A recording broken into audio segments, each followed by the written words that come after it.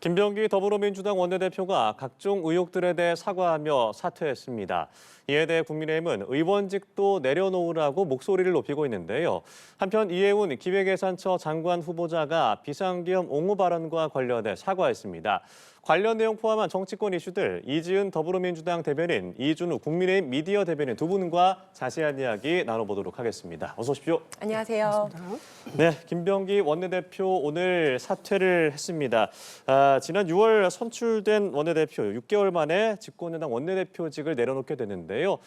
오늘 내용 보고 대담 이어가도록 하겠습니다. 의혹 제기의 한복판에 서 있는 한 제가 민주당과 이재명 정부의 걸림돌이 될 수밖에 없을 것입니다.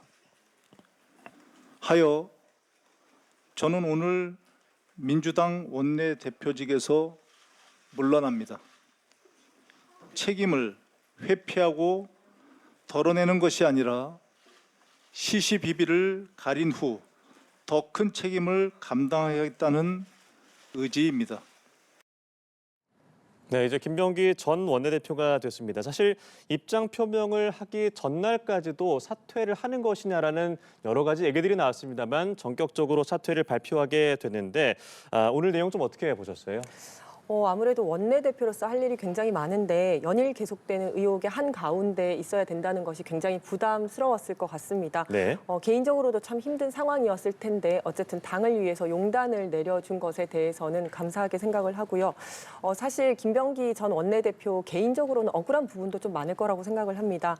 보좌진들 간의 어떤 그 사이가 틀어진 것을 계기로 해서 여러 가지 폭로가 이어지고 있는데 그것이 아무래도 좀 이제 악마의 편집이 있을 수도 있을 거고 그다음 본인에게 불리한 내용만 어떤 맥락이 제거된 채로 나온 것들도 있을 거기 때문에 분명히 억울한 부분도 있고 하고 싶은 말도 많을 거라고 생각을 합니다.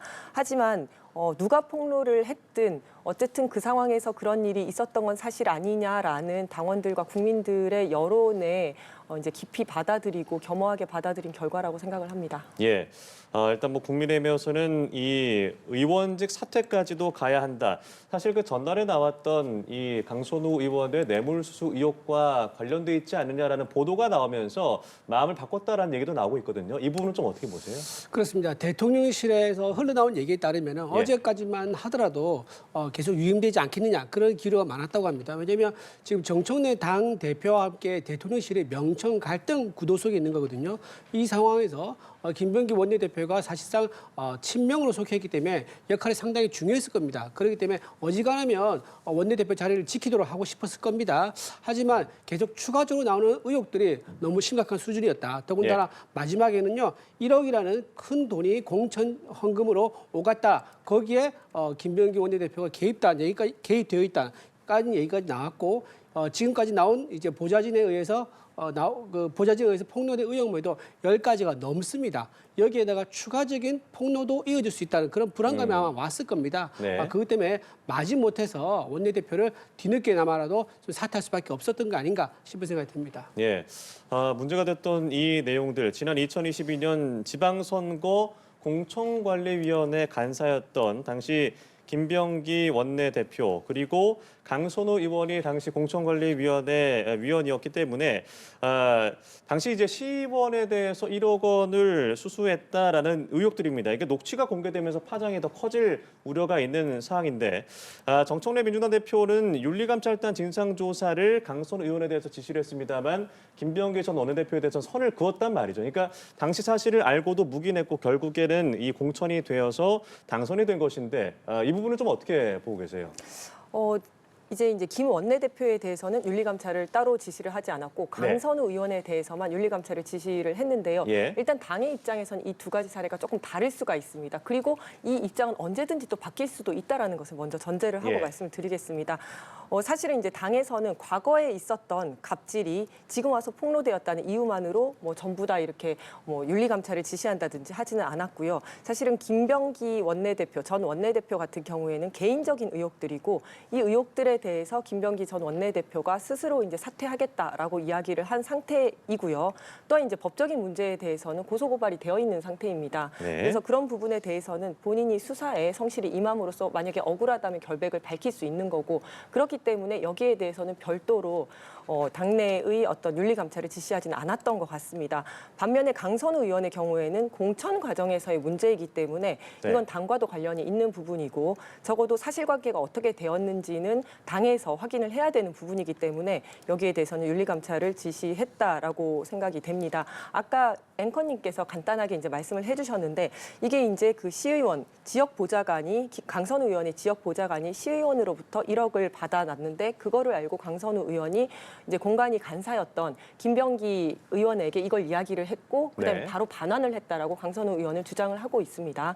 그런데 그렇다면 만약에 이게 사실이라면 강선우 의원은 별 문제가 없습니다. 하지만 이 돈을 건넸다는 김경 서울시 의원은 이게 뭐 정치자금법 위반이 될 수도 있고 예. 뇌물죄도 될 수 있는 거 아니겠습니까? 그렇다면 이렇게 문제 있는 사람이 왜 공천이 되었는가라는 것이 이제 문제가 될 수밖에 없는 거예요. 그렇다면 이 부분에 대해서는 당에서는 사실관계를 좀 확인을 해야 되는 거고요. 그래서 여기에 대해서 윤리감찰을 지시를 했다라고 볼 수가 있고요. 근데 아까 말씀드린 것처럼 그래서 강선우 의원과 김병기 의원의 사례는 조금 다르게 보일 수는 있겠지만 또 앞으로 진행되는 사안에 따라서 정말 이게 이제 강선우 의원 혼자만의 사안이냐 아니면 김병기 의원까지 같이 다 연결이 되어 있느냐에 따라서 당의 입장은 언제든지 바뀔 수 있다라고 생각을 합니다. 예, 일단 뭐 김병기 전 원내대표의 개인 비위 의혹과 관련해서는 이 고소 고발이 되어 있는 상황이고 지방선거 관련 내용들은 윤리감찰이 따로 지시가 되지 않은 부분들 좀 어떻게 보고 계세요? 저는 김병기 원내대표한테 윤리감찰 지시하지 않은 이유가요. 명청 갈등 그 구도 속에 있다고 봅니다. 지금 명청 갈등 속에서 최고위원 보궐선거가 지금 3명이 있습니다. 곧 1월 달에 이루어질 예정인데요. 이 3명이 과연 2대 1이 되느냐, 1대 2가 되느냐, 즉 정청래 대표한테 힘이 더 실리느냐, 아니면 대통령실에 힘이 더 실리느냐, 이런 아주 민감한 상황이 있는 상황인데 그런 상황에서 원내대표에 대해서 윤리 감찰을 하게 된다면요, 친명 세력들을 자극할 수 있겠죠. 친명 세력들을 결집시킬 수 있는 명분을 줄 수 있기 때문에 아마도 김병기 원내대표에게는 윤리 감찰 지시하지 않은 게 아니겠는가 그런 생각을 좀 해봅니다. 그리고 이제 1억에 대해서는요, 굉장히 좀 시차적으로 보면은 이 1억이 돌려주지 본인은 돌려줬다고 얘기하고 네. 있지만 돌려주지 않았을 가능성을 배제할 수가 없습니다. 그 시기가 언제냐면요, 2022년 4월 22일 날 녹취가 지금 공개됐습니다. 예. 그 녹취는 김병기 의원이 직접 녹취한 것으로 의심을 받고 있습니다. 왜냐하면 이게 두 번째 만남이었거든요. 첫 번째는 20날에 만났었고요. 22일에 만난 게 두 번째입니다. 두 번째 만나서 그날만 녹음이 됐다는 것은 무슨 말이냐면 20일 날에 아마 처음에 만났을 때 1억 원에 대한 얘기를 좀 들은 것 같아요. 그래서 김병기 원내대표가 혹시 만약에 이게 문제가 됐을 경우 자기에게 면책이 될 수 있는 그런 증거를 남길 필요가 있다는 생각을 하면서 두 번째 일부러 불렀다고 합니다. 김병기 원내대표가 네. 불러서 대화를 하면서 강성훈 의원에게는 내가 녹음하고 있다는 것을 알리지 않으면서 자기가 계속 말을 하는데 왜 그런 돈을 받았느냐, 그리고 그런 얘기를 안 들었으면 좋았겠다라는 얘기를 주도적으로 계속해요. 그러니까 그 말은 나중에 문제될 걸 김병기 의원이 의식하고 있었다는 얘기인 거고요. 그때 강선 의원은 뭐라 하냐, 살려주세요라고 울먹이면서 얘기해요.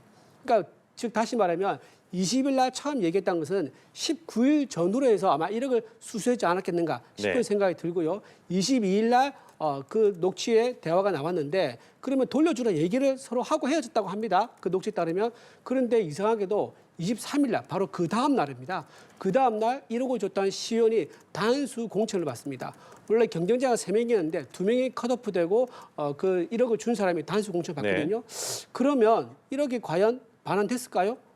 왜냐하면 그 사람은 1억을 준 거에 대해서 내가 여차하면 기자회견할 수 있다라는 그런 분위기를 풍겼는가 봐요. 그래서 강선우 의원이 어떻게 하면 좋겠느냐, 울먹이면서 김병기 원내대표, 김병기 당시 공간이 간사한테 얘기를 했던 거거든요. 예. 따라서 1억을 돌려주지 않은 상황이다. 그리고 살려달라고 했을 때 살려주는 방법은 뭐냐? 공천을 주면 살려주는 거죠. 그게 실제 공천 줬지 않습니까? 네. 그렇기 때문에 그 1억 원이 돌아가지 않았을 가능성이 많고 그 1억 원이 강선우 의원 혼자 먹었느냐, 아니면은 그 당시에 공간이 간사였던 김병기 의원이랑 같이 나눴냐라는 그런 의혹까지도 뻗어나갈 수 있는 거예요. 그렇기 때문에 이거는 단순히 원내대표를 사퇴했다라고 끝낼 것이 아니라 형사재판까지 꼭 가서 실체를 밝혀야 한다. 그래서 생각합니다. 예, 말씀하신 대로 퍼즐을 맞춰보면 이해가 되지 않는 부분들이 있기 때문에 이건 뭐 당내 조사가 어느 정도 진척을 보일지 이후 사항도 저희가 지켜봐야겠고요. 그리고 초대 기획예산처 장관 후보자로 지명된 이해운 후보자 오늘 출근길에 비상계엄 옹호에 대해서 공개적으로 사과를 했습니다. 직접 듣고 오겠습니다. 내란은 민주주의를 파괴하는 불법적 행위입니다. 그러나 당신은 제가 실체를 제대로 파악하지 못했습니다. 정당에 속해 정치를 하면서 당파성에 매몰되어 사안의 본질과 국가 공동체가 처한 위기의 실체를 놓쳤음을 오늘 솔직하게 고백합니다. 계엄으로 촉발된 우리 사회의 갈등과 분열을 청산하고 잘못된 과거와 단절하고 새로운 통합의 시대로 나아가는데 혼신의 힘을 다하겠습니다. 네, 당파성에 매몰돼 실체를 놓쳤음을 고백합니다. 오늘 출근길 충분한 입장 표명이 됐다고 보시는지 어떻게 생각하십니까? 저는 조금 부족했다고 생각을 합니다만은 네. 어쨌든 최종적으로는 국민의 뜻에 따라서 결정이 될 거라고 생각을 합니다. 일단 대통령은 기회를 주었습니다. 하지만 아직도 많은 국민들께서는 이게 정말 과연 정말 내란 세력들과 절연을 한 게 맞는지 반성을 하는 게 맞는지에 대해서 의구심을 가지고 계신 거거든요. 지금 후보자는 자신은 사과를 한다고 하지만 이게 진정한 사과인지 아니면 단지 뭐 어떤 자리를 얻기 위한 사과인지 네. 이것은 청문회를 통해서 본인이 국민들을 설득하고 입증을 해내야 할 몫이라고 생각을 합니다. 사실 이제 내란과 절연했다라는 것은 국민 그 헌법 수호 의지가 있는지의 문제입니다. 이건 굉장히 중요한데요. 왜냐하면 이 윤석열 씨의 내란에서 보듯이 대통령이 내란을 일으키려고 했었을 때 정말 국무위원들이 모두 다 이걸 막아섰더라면 내란은 일어나지 않았을 수도 있었을 겁니다. 하지만 윤석열 정권의 국무위원들은 내란을 막아내기는커녕 단전단수를 지시를 하고 후속 조치를 명령을 하고 어떤 이것이 합법적인 것으로 보이는 외향을 갖추기 위해서 허위로 공문서를 마련을 하고 했었거든요. 네. 그때 그 국무위원들은 헌법 수호 의지가 없었던 거죠. 기획예산처장도 국무위원이기 때문에 이런 후보자가 헌법 수호 의지를 가지고 있는지를 검증하는 것은 굉장히 중요하다라고 생각을 하고요. 저는 그래서 이 검증을 국힘도 함께 하면 좋겠다라고 생각을 합니다. 지금 국힘도 이제 계엄과 내란은 잘못되었다라고 반성하고 사과하겠다라는 거 아니겠습니까?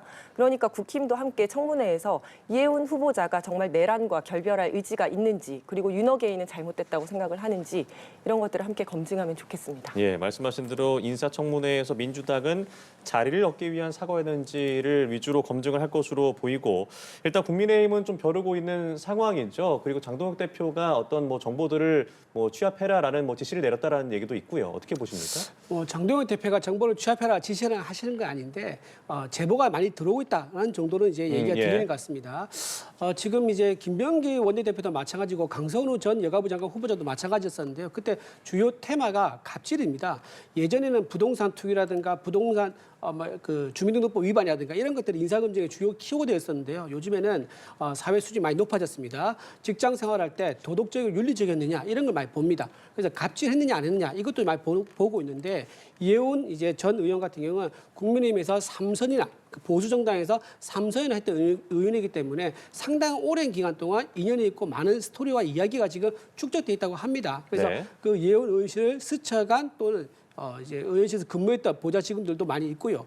그래서 이런 갑질을 우리 사회 경쟁을 올리는 데 많이 지금 주목을 받고 있는데 갑질 관련된 제보가 좀 많이 들어오고 있다라는 얘기가 있어가지고 과연 인사청문회 때 그 갑질의 구체성이 어떻게 되느냐 이런 것이 주목할 부분이 있는 것 같고요.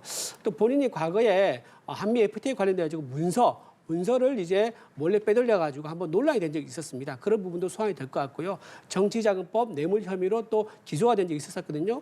그것도 한번 이제 기소가 아니라 입건이 된 적이 있었죠. 네. 그것도 한번 제가 다시 검증할 것 같고요.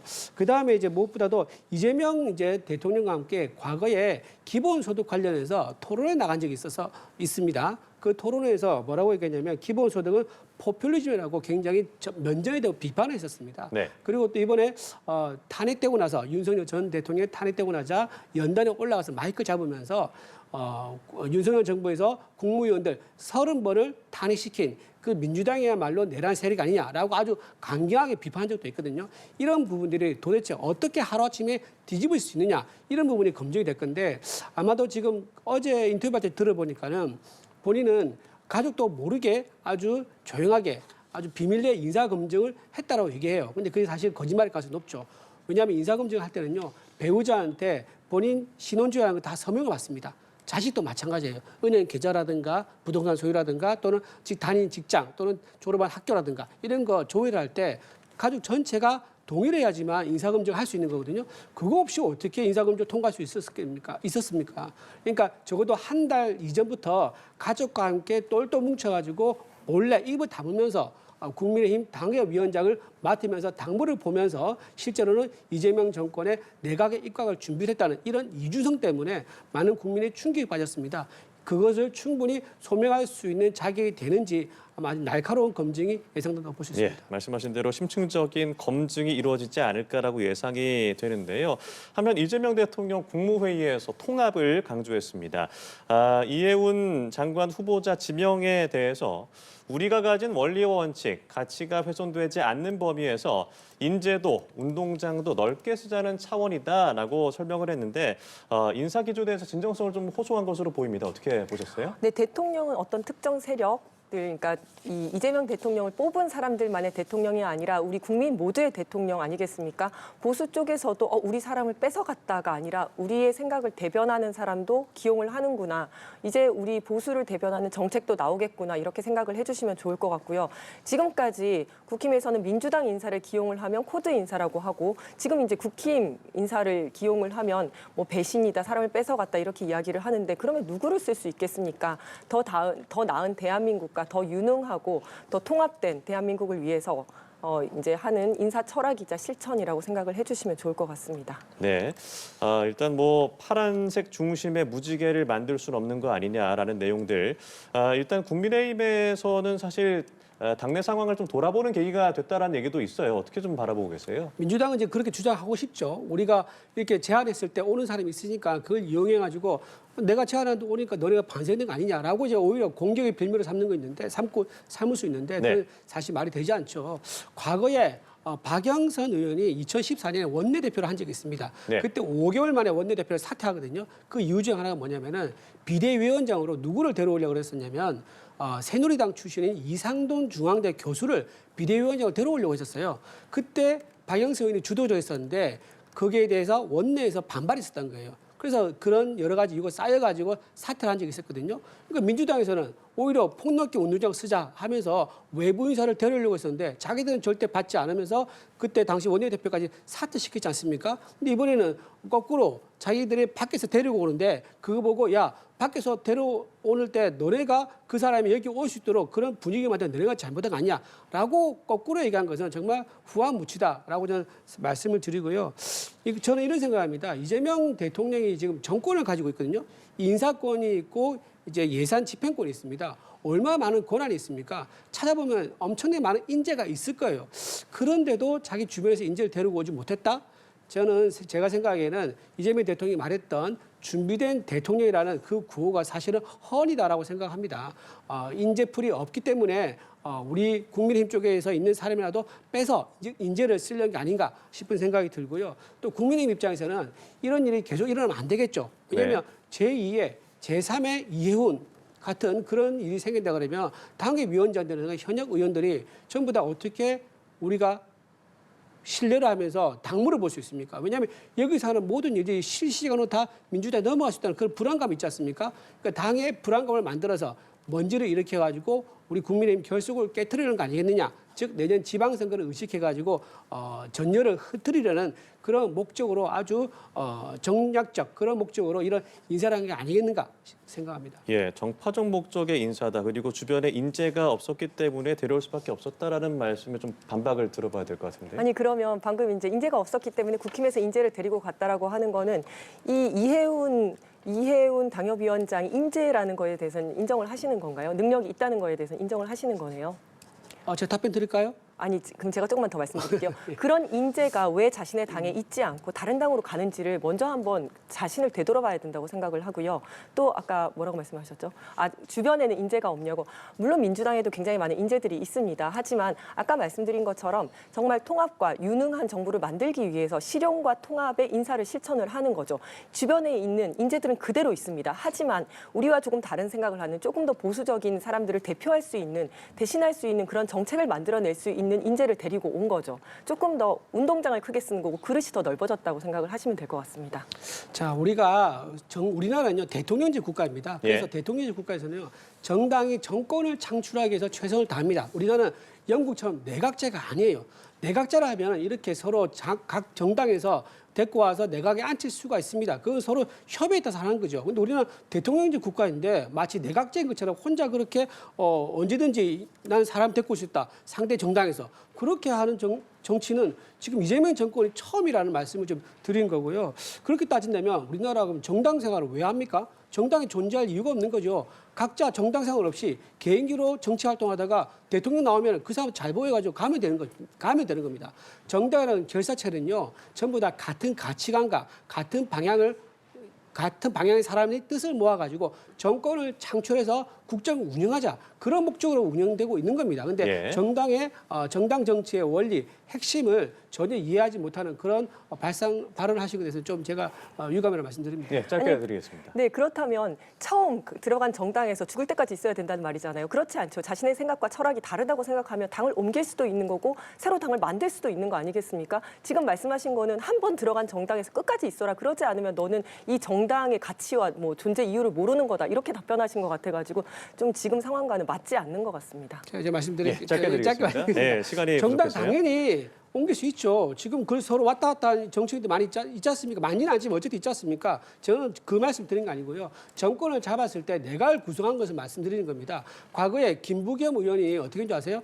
윤석열 정부에서 김부겸 의원한테 국무총리 뜻이 없냐고 제안한 적이 있어요. 그때 김부겸 의원이 뭐라고 얘기했냐면은 내가 결정할 수 있는 게 아니다. 당 지도부랑 상의해야 된다고 했습니다. 그게 정답인 거죠. 그러니까 이렇게 우리가 이재명 정부에서 만약에 우리 쪽에 내각에서 내각으로 탐나는 사람이 있으면요. 네. 그 사람한테 다이렉트로 몰래 아주 비밀리에 하는 것이 아니라 당 지도부를 통해 가지고 우리 협치를 하자. 이러이러한 자리가 비었고 이러이러한 적임자가 너네 정당에 있다라고 하면서 공식 제안해가지고 이루어진 게 그게 협치를 할 수 있는 거죠. 이렇게 몰래 아주 비밀리에 한 달 동안 침묵 속에서 몰래 사람 빼가지고 깜짝 쇼하듯이 하는 거 이게 어떻게 협치가 되겠습니까? 네, 알겠습니다. 두 분 대담이 이렇게 뜨거운 만큼 한동안 파장이 좀 이어지지 않을까 싶은데요. 지켜보도록 하겠습니다. 저희가 주제를 바꿔서 이 쿠팡 연석 청문회에 이 핵심 증인들이 불출석하면서 결국엔 파행을 맞이했고 민주당도 국민의힘에 따라서 이제 국정조사를 속도를 내는 것인가 이 부분은 좀 어떻게 들어볼 수 있을까요? 짧게 부탁드리겠습니다. 네, 속도를 낼 거고 내야 한다고 생각을 예. 합니다. 쿠팡의 태도를 보면 결국은 본인들의 어떤 오만하고 거만한 이런 태도들이 이 일을 키웠다라는 생각이 들거든요. 일찍 사과하고 즉시 보상을 하고 또 이제 청문회에 출석해서 국민들 앞에서 솔직하게 답변을 했더라면 국민들의 분노가 이렇게까지 커지지는 않았을 것이다. 네. 이제는 국가와 어떤 이제 국회의 입장에서도 더 이상 물러설 수 없는 분위기가 되었기 때문에 국정조사를 아마 아주 시급하게 속도를 내서 할 것으로 보입니다. 네, 국민의힘 입장에서는 원래 국정조사를 하자라는 입장이었죠. 네, 그런 입장이었죠. 지금 쿠팡에서 하는 태도를 보면요, 국민들 좀 호구로 하는 게 아닌가 싶은 생각이 들어서 지금 국민들이 탈판이라고 부를 정도로 쿠팡에서 벗어나려는 사람들이 많이 나온 것 같습니다. 네. 더군다나 국민들 가장 이제 화가 나는 게 뭐냐면은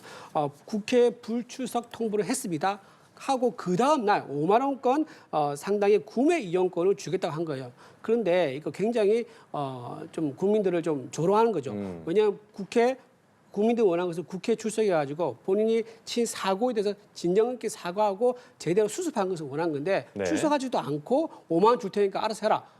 나는 그걸로 끝이다라고 하는 거예요. 근데 알고 보니까 5만 원도 5만 원이 아닌 거예요. 예. 5천 원만 쓸 수 있는 거고 나머지 4만 5천 원은요. 뭐 여행을 뭐 가는 상품에 결제할 때 좀 보태다든가 아니면 고급 명품 프리미엄 관이 또 있는가 봐요. 거기에서 쓸 때만 쓸 수 있다든가라고 해서 실제로는 5천 원밖에 국민들에게 보상을 안 해준다는 거예요. 그러니까 내 개인 정보가 털렸는데 그 개인 정보 값이 5천 원밖에 되지 않느냐라고 국민이 생각할 수밖에 없는 거죠. 더 국민들을 화를 돋구게 한 그런 거기 때문에 저는 국정조사를 해가지고 다른 기업들이 또다시 이런 쿠팡의 선례를 따라가지 않도록 엄격하게 철저하게 조사할 필요가 있다고 생각합니다. 네, 알겠습니다. 두 분 말씀 오늘 여기까지 들어보도록 하겠습니다. 지금까지 이준우 국민의힘 미디어 대변인, 이지은 더불어민주당 대변인 두 분과 자세한 얘기 나눠봤습니다. 고맙습니다.